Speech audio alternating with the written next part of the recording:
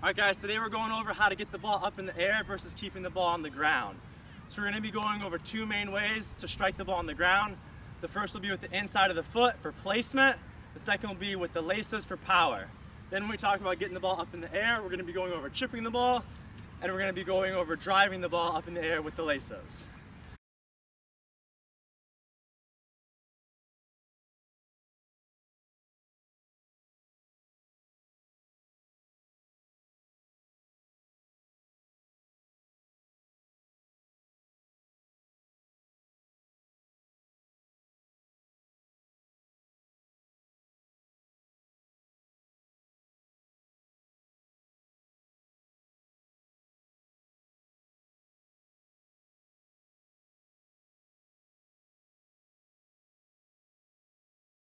So there's a few main points I want to keep in mind when just generally talking about keeping the ball on the ground or getting it up in the air. So let's first talk about the three main points to keeping the ball on the ground. Now those things will be, I'll be hitting the ball through the middle of the ball, my body will be over the ball, and my plant foot will be next to the ball. So again, hit through the middle of the ball, my body's over the ball, my plant foot's next to the ball. So when I want to get the ball in the air, it's going to be the direct opposite of those three things. I'm going to be getting underneath the ball. So I want to hit the bottom of the ball now to get up underneath it. My body will now be leaned back a little bit, and my plant foot will be behind the ball. Okay? So first thing we're going to talk about is hitting the ball with the inside of the foot, keeping it on the ground. So when will we do this in a game? Well, really anytime we're passing the ball to a teammate, we want to give them a nice smooth ball on the ground. We're going to have that inside of the foot pass. Anytime we're shooting for placement, when we're close range, a PK, if we're on a breakaway, all we need to do is pass to the corner. We can use the inside of our foot. So let's talk about how our foot will look for a second with that. When I'm striking the ball with the inside of my foot, I need my ankle to be locked. I need my toe to be pointed out and up. So I'm hitting the ball with this surface of my foot right here. This is the main meat of my inside of my foot there. So as you can see, my ankle is locked, toe is pointed out and up. Sometimes I see young players point their toe down. That's a no-no, because then they're hitting with this, which is a lot less surface area, and it's going to be a lot less accurate of a pass. So I'll go ahead and show you an example real quick of that inside of the foot pass. Very simple, just like that.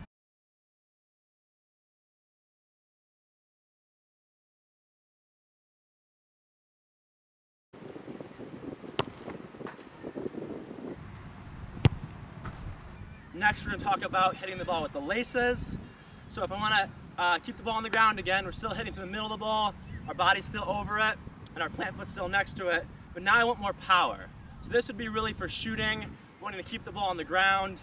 So we're going to be a little further away from the goal now where we need more power. So again, I want my ankle locked, toe pointed down, and you can see there's this big bone. You can reach down your foot and feel this big bone right here. That's where that power is going to be coming through.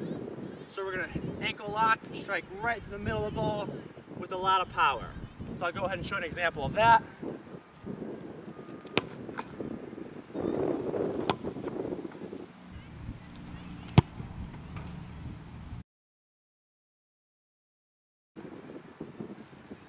Now, the third one we're going to be going over now is chipping, because now we're going to be getting the ball up in the air.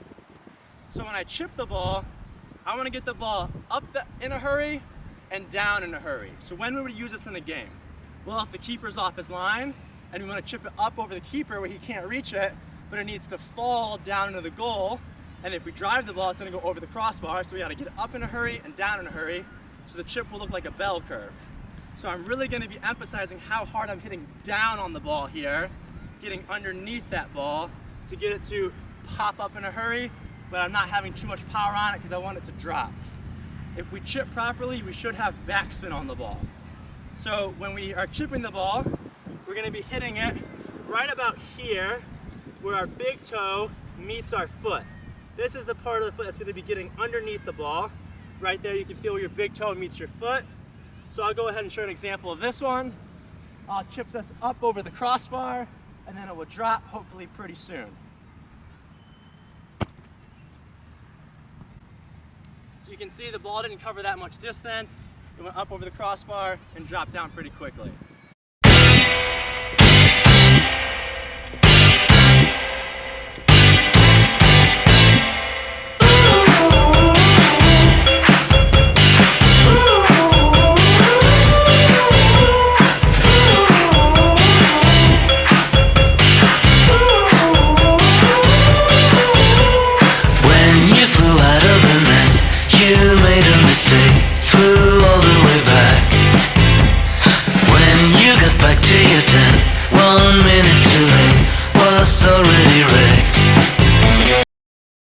Now the fourth thing we'll be working on today is driving the ball. So when will we drive the ball in a game?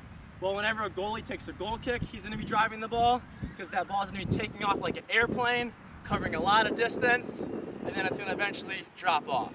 But that ball is not getting up as quick as a chip. It's going more like this and covering a lot more distance, and we'll be hitting it with a lot more power now to cover more distance. So when we're driving the ball, we'll be using our laces. Again, we're using this big bone in our foot right here, but now we're getting underneath the ball more.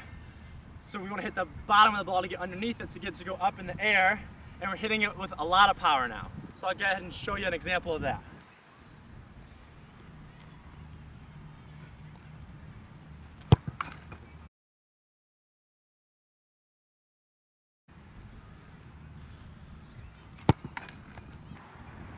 All right, so here's an example of a driven ball for a goal kick.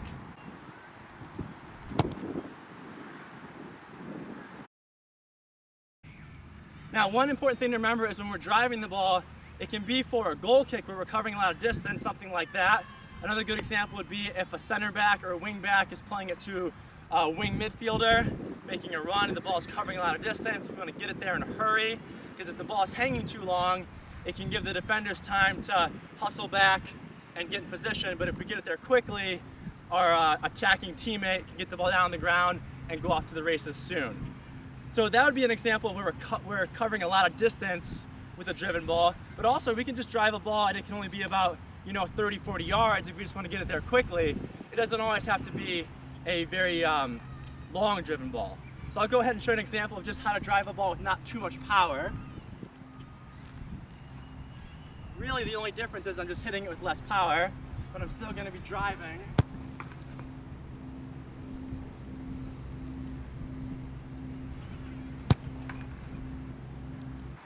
And here's an example of a driven ball that I don't want to cover as much distance. Let's say maybe I'm hitting it to my right midfielder over here. So I can hit it just like this.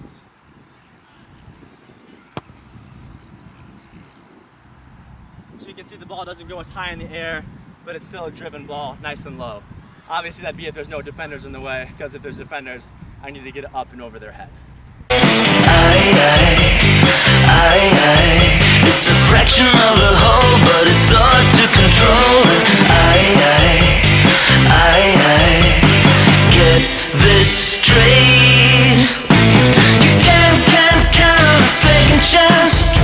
The second chance will never be found. You can't. Alright guys, so one important thing to notice about the difference between chipping the ball and driving the ball in the air is the follow through of my foot. When I'm chipping the ball, as you can see here, my foot is really going to be digging into the ground, and there's not going to be too much of a follow through. As opposed to when I drive the ball, my foot will be following through a great deal more. Okay, so first I want you to see when I chip the ball, how my follow through looks.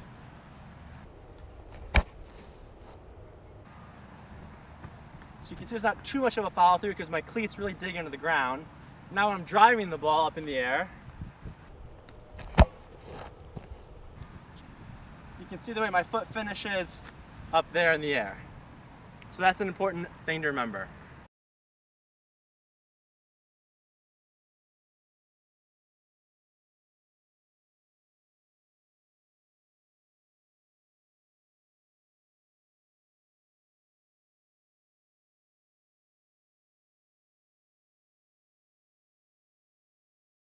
One other very important point about getting the ball up in the air when we're driving it is if we're using this big bone in our foot, that's where we want it to connect underneath the ball, which means I cannot approach the ball straight on. Because if I approach the ball straight on, that middle of my foot right here is gonna be hitting too high on the ball. So my foot has to come from an angle, so you can see my toe is pointed out, so I can come through and this bone connects in the middle of the ball underneath it.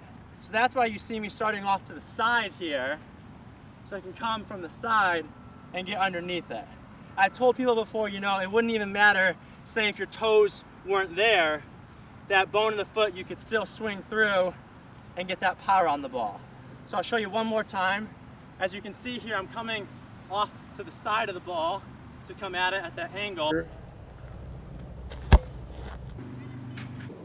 An important point of information to keep in mind here is that when we're striking the ball, we're rotating our foot this way.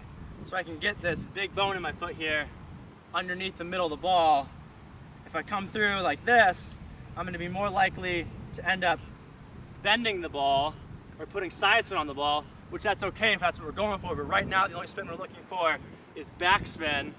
So I can't come through the ball like this. I have to turn my leg and turn my foot, so my toe is pointed out here, making sure we're rotating that foot to then get underneath the ball like that. So as you can see, my leg and my foot are rotated here when I'm driving through the ball.